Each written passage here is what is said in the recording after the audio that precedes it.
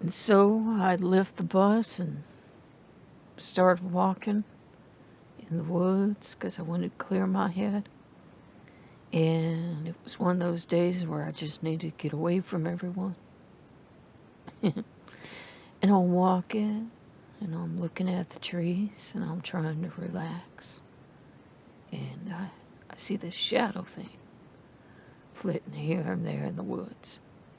And they tell you, people that are supposed to know, that the shadows you see in the corner of your eyes are nothing more and nothing less than your eyes making errors. There ain't nothing there.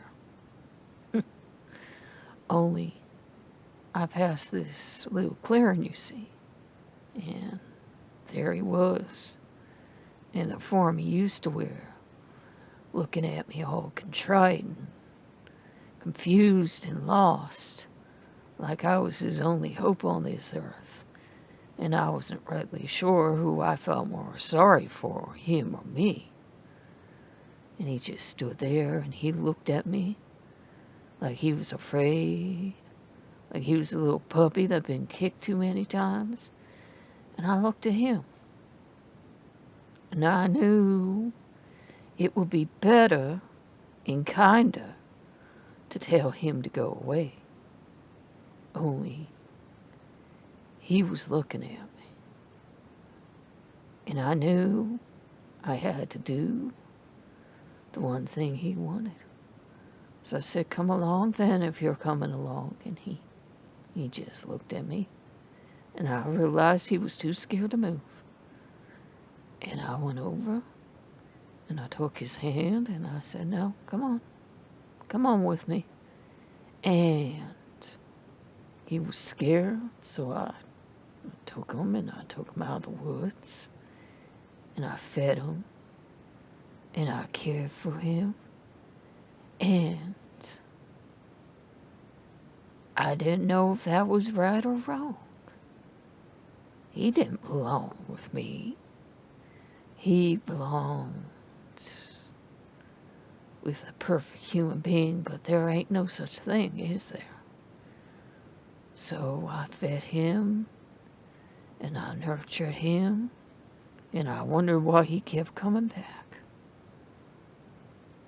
And he never said a word. He just kept looking at me like I was God and I was going to fix all his problems. And I realized I've been holding him at a distance because I felt sorry for me. I felt like the saddest creature on the earth. And I was so broken, my one solution was to hold him as far away from me as possible.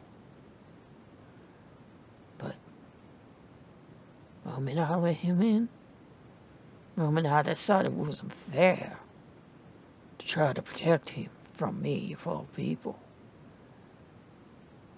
he was different. He was freer somehow, whole.